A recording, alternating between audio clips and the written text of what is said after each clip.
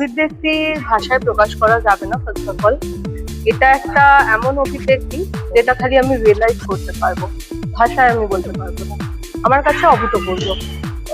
সাফল্য অসাফল্যের মধ্যে আপনার লড়াই আগামী প্রজন্মের জন্য, একজন শিক্ষিকা হিসেবে আগামী প্রজন্মের যে কোনো ফিল্ডের স্টুডেন্টের জন্য কি বার্তা থাকবে?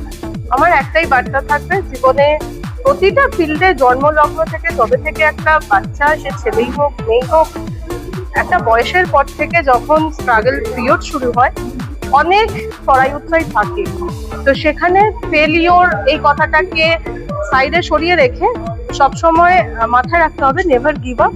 তো লাইফ অনেক কিছু, অনেক বয়সে, অনেক বড় বয়সে অনেক কিছু পাইয়ে দেয়।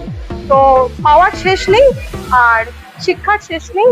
সর্বোপরি বলি, বয়সের সাথে সাথে জীবন অনেক কিছু ফিরিয়ে দেয়। স্বপ্ন অনেক, অপুরাণ স্বপ্ন।